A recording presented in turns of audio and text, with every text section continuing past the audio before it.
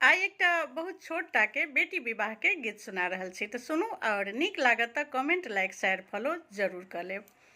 राजा जनक जी के सुंदर सिया दुल्हन बनिने जा रही। राजा जनक जी के सुंदर सिया दुल्हन बनिने जा रही।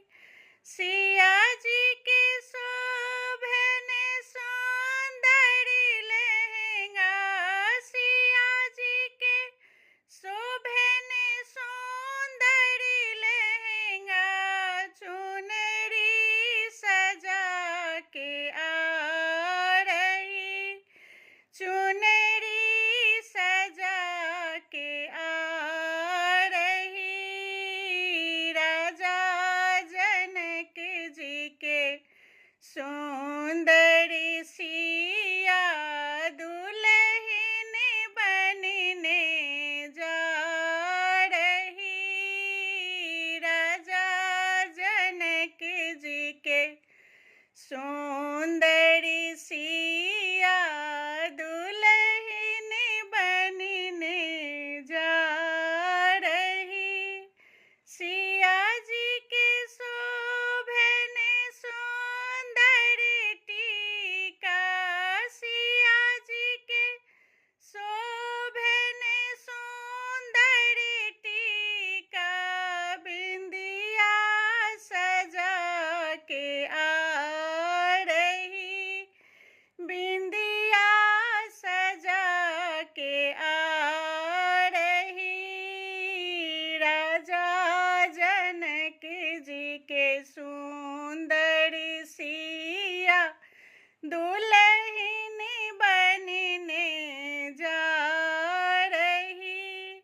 सिया जी के शोभन सुंदर कंगना, सिया जी के शोभन सुंदर कंगना, सिंदूर सजा के आ रही। राजा जनक जी के सुंदर सिया दुल्हन बनिने जा रही।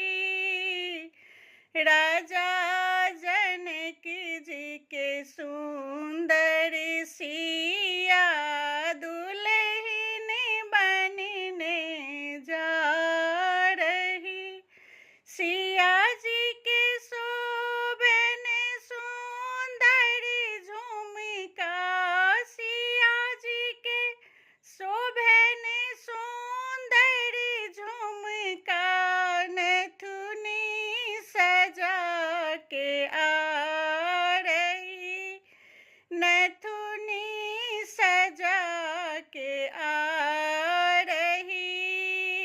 राजा जनक जी के सुंदर सिया दुल्हन